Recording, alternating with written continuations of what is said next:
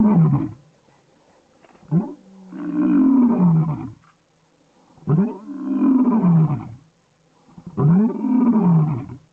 aussi le début de cette émission.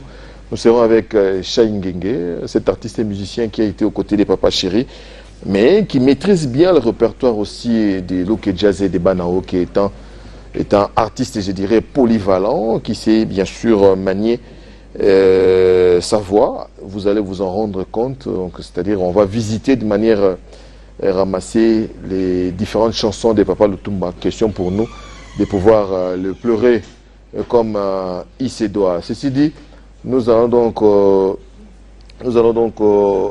laisser Shaïn Gengue nous fredonner un petit rien. Dans l'entretemps, je me permets de souhaiter un bon dimanche donc, à Papito Kindouti qui est ici à Kinshasa, bien sûr pour pleurer.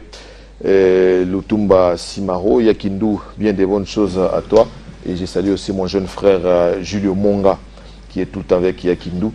Et du côté des Goma, nous encourageons un jeune qui est là, qui aide bien sûr les artistes et musiciens. Je cite Rodan Kuba. Bien des bonnes choses à toi aussi. Nous allons donc écouter Shaïn Gengue. Bonjour mon frère. Bonjour. Bien, Bazati. Oui, que moi, Miko, le belé. Non, belé, parce que ce qui est rare et cher. Ce qui est rare et cher. Ouais. Nous avons mis bon match. Nous avons exactement le ouais, vous avez raison. Bon, comme il m'a pensé, parce que moi, il y a une évolution musique, même si on est et ça un peu. Mais il faut relève.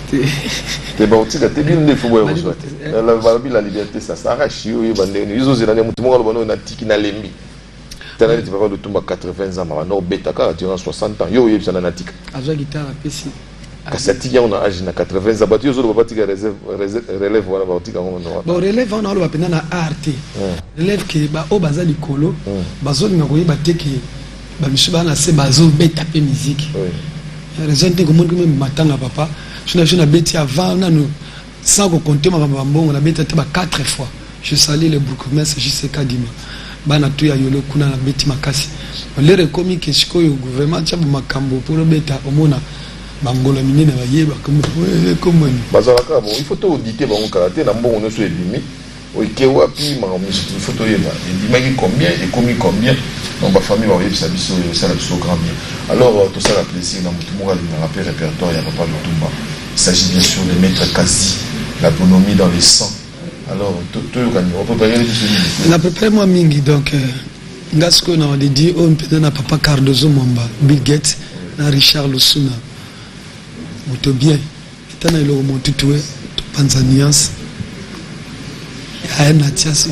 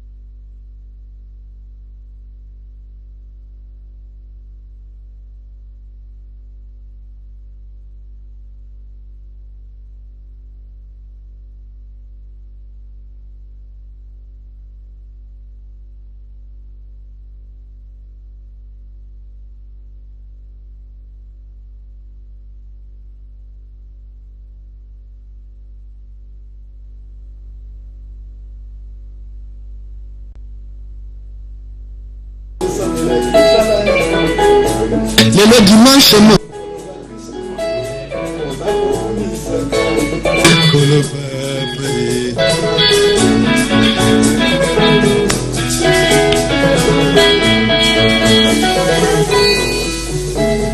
yokata diengonga ya nzambe za kobeta ngonga ya nzambe za kobeta mwana ya lokito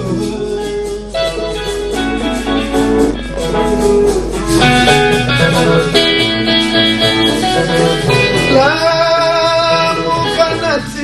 Osali kolota na nige Osali desambla kolala Osali na nige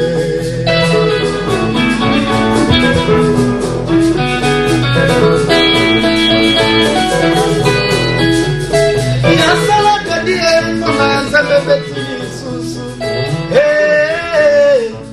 mama nzambe betili susu Ozali mukristo amoka tosambela kisala lelo dimanche mokolo ba Kristo akokumisa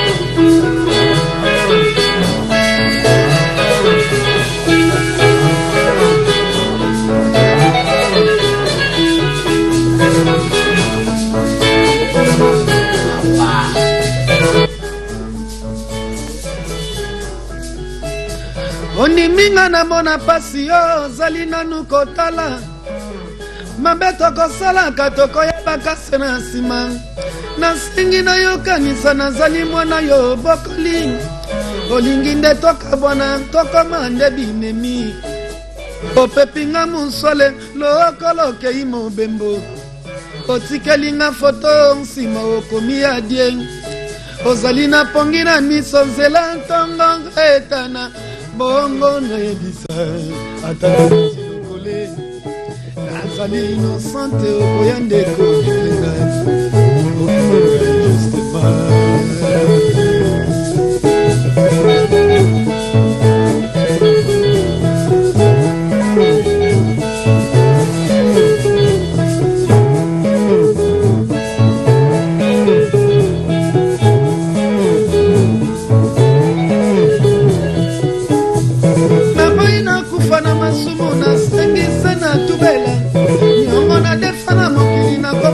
na mokili na boibana na ngabani okwama na mabenga na sala tokomi nde kokabona oboyi kotalanga na miso ye opepinga musole lokolo okei mobembo ye ozangi nde maloba kasi totondi basouvenir olali te butu mobima nakanisaki sekanda nazalaki na kamwa espoir na matongo etana asina komona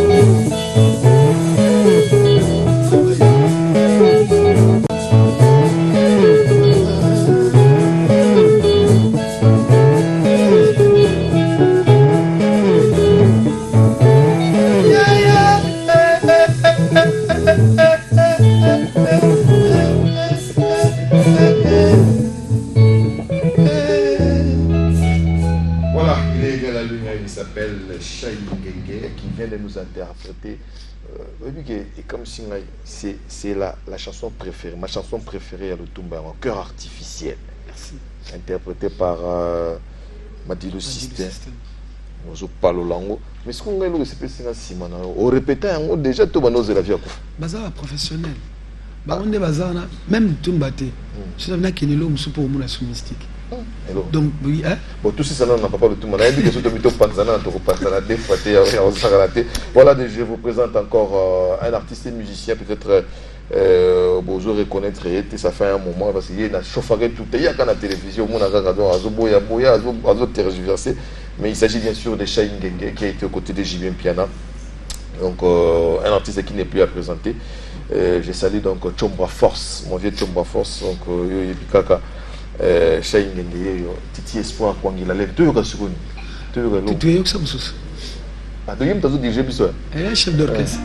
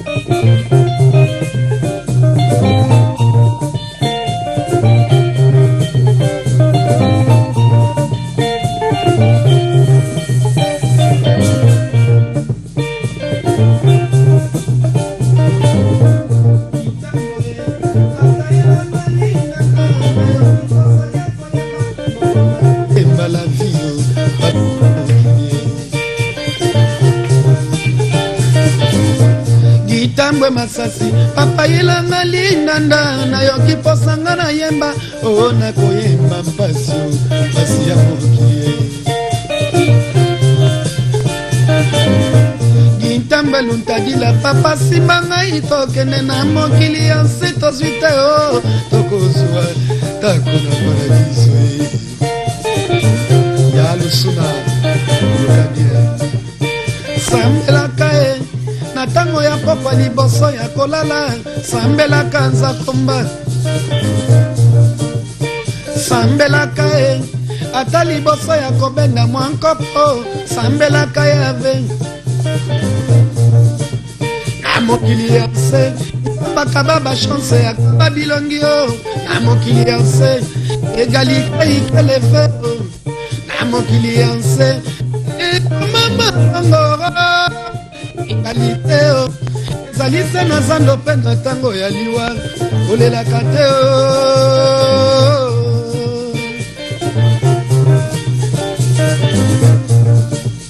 na bolingo ya nse mibali balingi se basi ya mobulu oyo akonyokola ye ye akolinga ye mingi ekoma mabongo basi balingi mabala ya monyokoli oyo akosalisa ye ye akokamata ye nde zoba na bolingo ya nse ekoma mabangora moto yo kolinga ye akolinga mosusu mama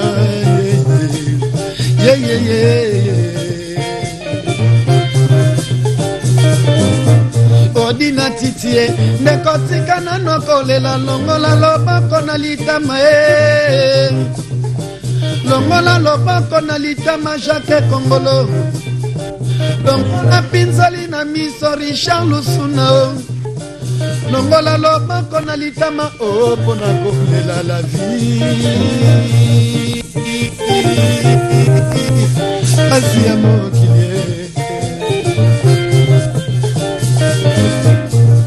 nazalaka na zuwa natikela basi ya mabala nazalaka na lendo natikela baye bazwa kitoko eloko pamba kitoko nde mabele o nazalaka na kuta natikela bataye na bamenizie o mama natikela baeskiver na bamekanisien lokuta na ngai nakinela baeskiver na bateknisien ya batelevizio bafrigo akaba lokuta na ngai na baeskro na banganga nkisi mama basi wana naleli yango mabe donc akaba lokuta na ngai na bateknisien non naleli papa Lutumba, en tout cas total respect papa. Il y a tout dans ça. La chanson, je crois, c'est Kitty Kwa là. Voilà, donc une très très belle chanson où on a un chef-d'œuvre et ça me permet donc de souhaiter un joyeux anniversaire à Emel Ngouli, joyeux anniversaire à toi, mieux vaut tard que jamais. Et merci na yo Shaingenge. Surtout que nous sommes là. Ma belle est bien. Ngai na invité tonne l'homme sous. Ouais, bonjour. Bankoui à presse. Salut bah Lyon, hein, les lions de la presse. Wabino Apocalypse. Nous avons bien tout le monde. Le 25 août. PSR na biso Bert 95. Hein? C'est tout ça là. On a occasion ya wan ba fetara kaka les lions de la presse. Tout ça là wana. Tolia moi gâteau. Un an ça s'est fait. Kasi wabino de Apocalypse mobuka. Oh kamubuka. Buka niye pete. Les lions de la presse na le labino forêt. Enana biso tika to sepela. Tokata moi gâteau. Tolia moi. Big up. Lanette Katanga, la femme de grâce et de bonheur, celle qui veut du bien. Donc je suis une qui fait partie de Lions de la Presse. Donc les Lions de la Presse a totalisé un an d'anniversaire. Donc nous vous invitons nombreux le 25 mai à Argenteuil. Venez célébrer avec nous les 1 an des Lions de la Presse. Voilà, Lanette Katanga vous fait des gros bisous. À bientôt. Alors les amis, invitation cordiale à tous. Les Lions de la Presse vous invitent à venir souffler ensemble avec eux 1 an d'existence na 169 Paul Vaillant Couturier na Argenteuil. Toya et Belé to soutenir bango. Surtout nous les artistes oyo batika biso te ba accompagnera toujours biso na musala na biso. Moi je serai là et toi. Venez nombreux to communier ensemble na occasion ya premier anniversaire ya les Lions de la Presse. Tout ça, il y a tout dedans. C'est toujours Igor 2 minutes. Donc, invitation à tout le monde. Donc, nous avons à tout le monde. Tout fêter avec les Lions de la Presse. Donc, première année dans Bango. La chroniqueur, la journaliste, message, ils allaient partager et comment on va tout. Donc, première année dans Bango, comme premier anniversaire dans Bango, on va inviter tout le monde. Nous sommes artistes, tout ça déjà. Mais invité Pébino tout. Toya, tout fait na bango, marambo dans la bien, tout ça toujours ensemble. Donc voilà pour tous ça que auto luka mpanzi non, toya ndé tout fêter ensemble. Donc marambo c'est on a ba dresse non c'est on les les canasser. Donc mingi on va faire ça. Donc tout ça toujours tout ça bango ensemble. Merci. Biso to mona na pamba biso to kuma mona na balelo, c'est-à-dire rendez-vous à kaka le 25 mai. Le 25 mai, rendez-vous à ne pas manquer. Le 25 Tokoya Bonayo, Tokomona, MJ Mimosa, étoile de love, 5 étoiles, Christelle ma chérie, il faut jamais manquer ce rendez-vous là. Bye. Ici c'est Paris. Rendez-vous à ne pas manquer avec les Lions de la Presse. Rendez-vous le 25 mai. Tout le monde complet pour tout fêter l'anniversaire des Lions de la Presse. Rendez-vous le 25 mai. Paris c'est Zoug. Moi, la la presse congolaise, moi, nos images. Rendez-vous le 25 mai 2019. Les Lions de la Presse, ils ont ça là 1 an. Dit nos images fondateurs, le Lion de la Presse, c'est ça un autre organisé vraiment barbecue. Boya et Belé, tous les chroniqueurs, tous les chroniqueuses. Boya vraiment le 25 journée à Bisso, et ça le 25 jours aussi 1 an à Bisso, et puis c'est seulement barbecue. Donc Boya et Belé, si Binonos, c'est vrai Dieu, vrai chéri. Boya et Belé, c'est vrai chéri, le quoi la Paola Lopez, le quoi étoile d'amour, le quoi Myriam, la tour. Pour rater jour à la télé, jour à 25, donc nous allons lire prochaine la tabaketino. Vous n'avez pas eu un Joe, le corps, la mine, le Rams, la Gaillard, Yaka, le 25, le roi, Charlie, Image. L'année, il y a les Lions de la Presse, ça va inonder les liens avec le président de la mission Bogarvé et Dino Image, pendant ça, Boya et Belé, invité surprise, quoi n'a pas Zali, donc, quoi n'a pas retenir, une année, le 25 mai. le 25 mai Paris pour bouger ma journaliste à solo quoi hein tout peut ça information to sala ga musala babi vie quoi dans la surprise de Rosala et belé babi ngada côté peu babi taba to lia kuna taba côté ngulu côté quoi babi venez ouais que c'est pas na balion de la presse babi bato bakanga Paris ba journaliste bakanga Paris hein a dit le c'est là mon comédien natanga isunan babi kaya man Paris c'est zuka dakaka sa gaya garçon pio natanga isunan ba journaliste bakanga Paris ba les lions nous sommes boya kade balobaka raison ngano baya to zela bango donc ça va yinde avec ngamo polo le pesa la sabwa kabase babi kwa kabase la Paris la vie ya boyezala te eza ya koyinda vraiment nanu diamant autrement dit la patona nazo benga bino nyonso hein balobe zali réunion moko ya monene les lions de la presse bankosi ya maloba ya média vraiment to kutana wana le 25 mai abi mutu azanga te eza vraiment réunion ya ba journaliste nyonso boyebi kosimbaka micro ya kawana na présence ya des émissions Edino Image babi mutu azanga te Imbola JC Mwamba Caramel balobi nyonso oyo tout vraiment ya média ebengi biso boza le bienvenu ekozala barbecue moko ya monene oza kolia oza kopela mpe na biso César Ngadi babi babidiaka nyonso oya bosite lion de la presse le lion de la presse ezopona nango te awa balobi polémique eza te awa vraiment sans polémique awa toza awa mpona kosalela bino kaka mosala boya bongo bosoutenir biso na un an na biso ya le lion de la presse tozobenga bino nyonso na bino bato kotalaka biso na bandako esete boya eza barbecue ya monene oza kolia oza komela na kimia vraiment boya bosoutenir un an ya le lion de la presse tout basoutenaka biso tosengi na bino boya ebele boya kosoutenir biso balion de la presse tozana ebele tosala barbecue na biso eza le 25 mai tozalana tokozela bino bato tout oyo bolingaka biso boya akompagne biso na fete na biso tosala une année toza ensemble en tout cas merci posé lino likanisi ozwaki ya lion de la presse en tout cas nanu demande na bazali namoni jise mwana ali oyo messager te boulonner moi message ezali papa bazali ete merci na l'association na bino oyo bobina koproclamer yango le 25 bato bakozala ezali lisanga ya bajournaliste oyo baza na babongo oyo baza na besoin ya Congo à marche ezala déjà à marche oyo bakoyebana kotike bato elatela malamu balobaka malamu mpona susi ya mboka na bango tokozala wana bababeki na bino mpona kosoutenir bino baoyo mpe baza na bandako bayebi bino te bayeba sango oyo intermédiaire na biso baya ebele babomona bino biso yeyo tokozala kuna le 25 de bajournaliste nyonso tokosangana tokozala kuna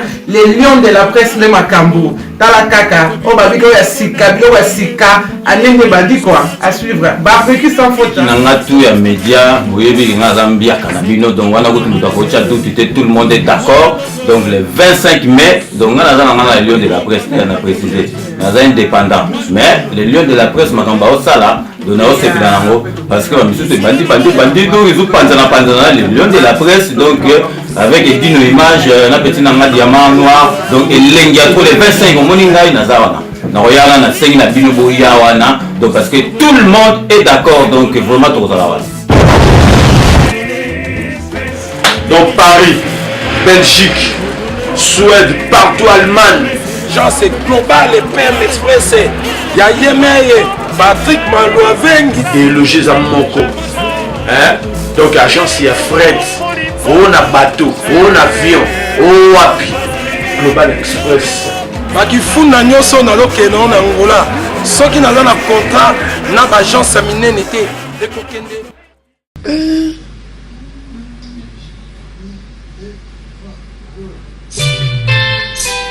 Putain, le tombe toujours.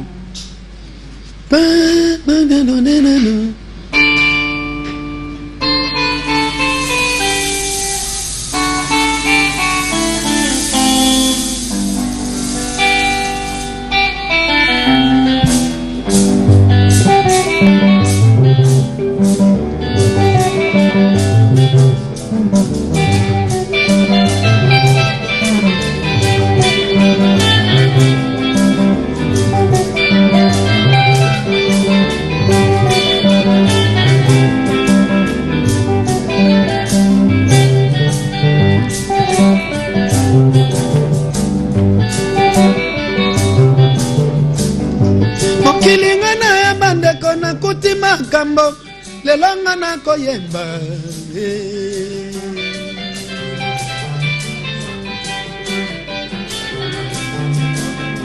makambo na ya na mokili namoni makambo lelo nga nakoyemba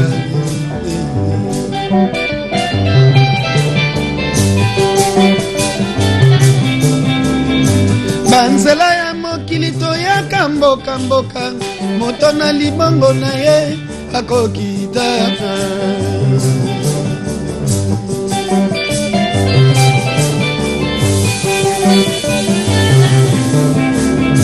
tobokama na mokili tozali nde bapaya mabele yango nde ekoyambaka biso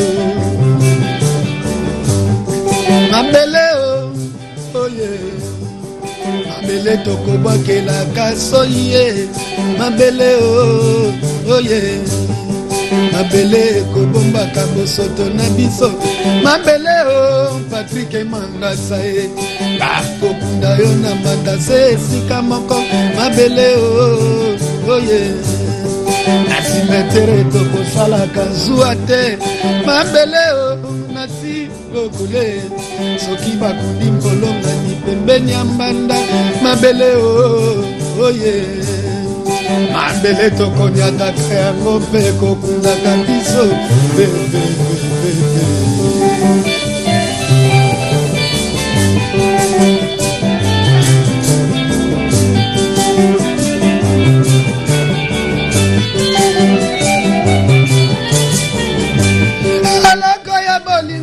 eloko mabe ekokomisaka moto nde ezoba ekotika biteni nyonso ya nzoto ekokanga motema ekonokoto yango ekomema yo banzela yo yebi te ekomema yo ntina frontiere ya bamboka oyo yebi kombo te ekopepa ya loboko ekati ngambo papa Lutumba ye wana akei kolinga pasi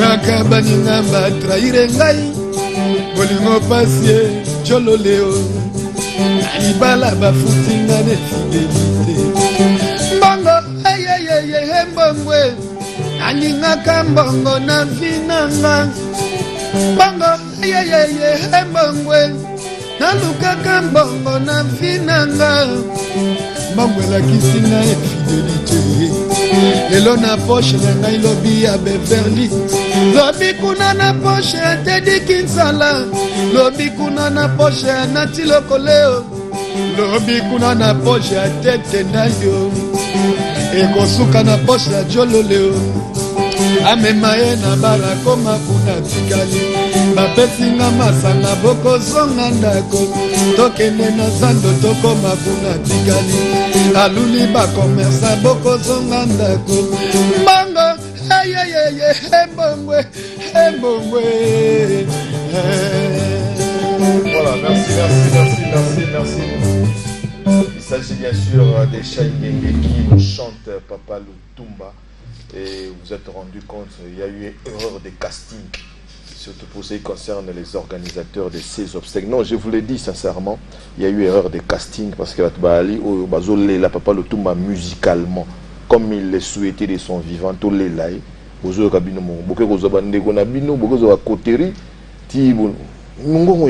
répertoire yango il ne tâtonne pas, c'est-à-dire qu'il a ça en lui. Merci vraiment, merci. On a pas ça au moins longtemps, mais on est talonné par le temps. Mais on récupérer moins quelques minutes, même ce pays de manière technique. Mais ça besoin de nos informations pour ceux qui te concernent. Ouais, bon, je me bats toujours. Disent que c'est presque fini. Il y a un producteur basé pour nous aussi ça. Mais dans mon aguilo, on a mon santé coupé. Chanson dans mon na le Bumbashi, Dédé Mopassa, l'honorable Dédé Mopassa l'Axaïna. Ouais, et là au moro de na boka qui. Sauf qu'il y a un moyen pour nous relancer pour la promotion de ma casse. Mais ça déjà sur le marché na boka qui a. Mais disent que yo monde aux monde na so ba tchétché poa nani so tête nda a tchépoa, bana o mona ko bimaka. Donc si pena batchenga poids un mois c'est beaucoup. Déjà. Donc combien presque? C'est presque à fait quand on studio ndenge na solo la banjolole batetenda ba Cardozo bato ba ko soutenir. Donc ils ont ba dédicace papa tout ça ba clip musodini. C'est bon. En sonia dans un c'est que Didier me confie pas yaki tam sous na cause na Luanda. Yango ko pesa pesa moi poids mais sinon te ba mécène pena. Oui donc à Luanda to yebike bato bazawa na bapa odo tudilu donc yango toyo ayakuna beti peli biso balotumba ça biso très bien donc Hervé Katangala na kata base vous nous suivez et merci donc Chaindenge Inch'Allah à Roya Bakote wana et ça la biso vraiment bien. J'ai quelques dépêches à ma possession. Il s'agit bien sûr de l'artiste Fabregas qui nous signale qu'il a presté hier à Cologne donc en Allemagne et pour un showcase me signale-t-on. Et le samedi d'après, c'est-à-dire le samedi prochain, il sera à Dijon en France. Pendant tout ce temps, il a largué sur le marché du disque. Bon, le marché du disque, dans les plateformes de téléchargement comme c'est le cas aujourd'hui. Un single intitulé Épave. Et nous allons voir ça dans Econnect si le temps nous permet. Et je me permets donc de souhaiter un bon dimanche à Maître Kazi qui nous suit et total respect à notre ami Kemafumbe Didier Omeonga qui me suit aussi, Guilain Roissy à Paris, on te salue. Pichen Matalatala Matos Ndegoye yo Matalatala yo tika rabisote malgré bakati lobokote yo yebikaka donc ça rabiso bien. Et je présente donc mes condoléances à un artiste et musicien qui a perdu son grand frère. Il s'agit de Doudou Kibinda. Donc il y a Raphaël, il y a Rafa Kei, donc ce sont des choses qui arrivent. Mes condoléances Doudou Kibinda. Mais tous on appelle yo mon gars te que papa le tumbo aux ala moins répertoire to niata. Et là on monte ça on tabe CBG tout ça là moi mais et le moi 3 minutes ça va vrai bien. On monte non pourquoi pas. Nous c'est pour nous poser après. Vous êtes déjà dans leader il faut bon Amazon de son ami qu'on vit pourquoi pas. Bon. Yo, chef d'orchestre. On va toquer. Non. Yellow. Bébé, maman. Michel Sunao. Papa. Bana MTV. Maman Suzanne Yala na comité na destination budimbu yako kamata ngai Jenny kami sanga bisika na linga kaibuba o yonde moto ka avion buru weti na toko buru weti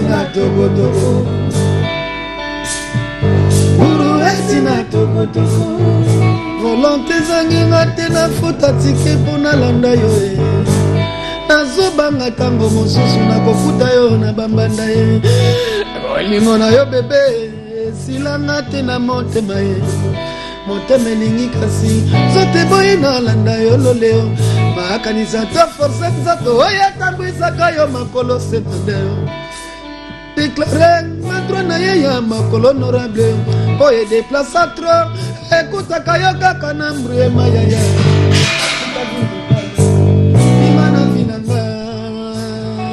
Dede mo pasa bimana vinanga akusanta bimana vinanga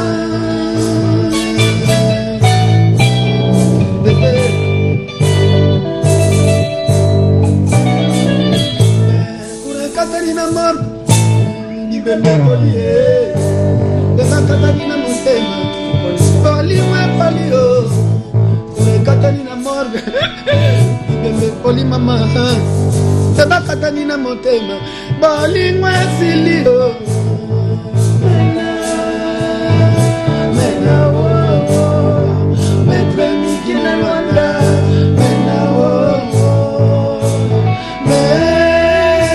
De molinga ye Qu'ils envoient que le sang prouve que y a blessure quelque part Ça fait mal. Je t'aime, bébé. Sans que ton dit love, et comme il s'accabille au baloba, sans si melubu, n'a pas cri de joie l'amour. Un peu d'amour bijoué. La seule chose que j'aime bien, Ibouba, suffit pour moi. Oh, qu'ils ont voté. Oh, des molina, en plus, oh, bominga nelengi. Sos nanga ya moi, zayo, oh, ponaka musunite, maman.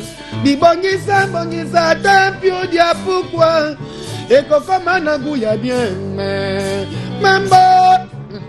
Oh, un foutenga non dera un sentiment love no.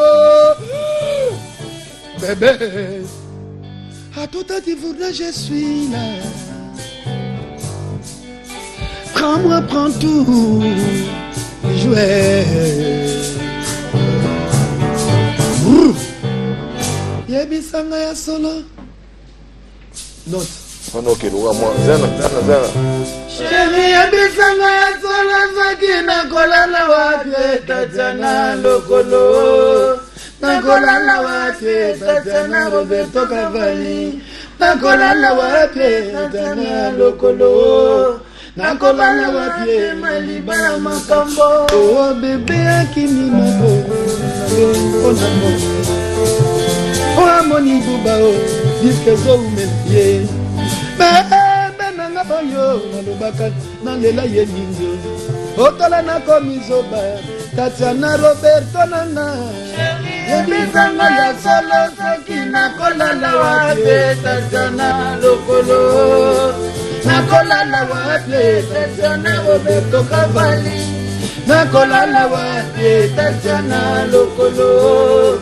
Nakolala wate, malibala makambo. Merci. Mais dans mon discours, il y a eu un moment où on a fait un kanda, on a fait un papa le tumba. Ok, dans mon moment, on a vu un sérieux, j'ai aimé, c'est pas que on a beau mais j'ai aimé encore une fois. Merci Nayo Ibouba. On peut parler de ce mais quand même l'identité de cette émission, amis téléspectateurs, c'est au-delà de la vieillerie, au-delà de RPM, il y a aussi Econet. Aujourd'hui, vous avez dit au début de cette émission à titre exceptionnel, c'est une rubrique qui vous sera présentée par Serge Makoro. Nous allons retrouver notre Yahweh national la semaine prochaine et j'ai profité de l'occasion pour la saluer. Et je sais très bien que Fiston Tezo nous suit, donc nous souhaitons toutes les bonnes choses du monde, bien des bonnes choses à Bob Amiso, bien des bonnes choses aussi à JR et Yobim Poké. Nous allons suivre Econet et nous allons terminer encore une fois avec Ibouba dans un peu de temps. Ceci dit, suivez Econet sous la présentation à titre exceptionnel de Serge Makoro.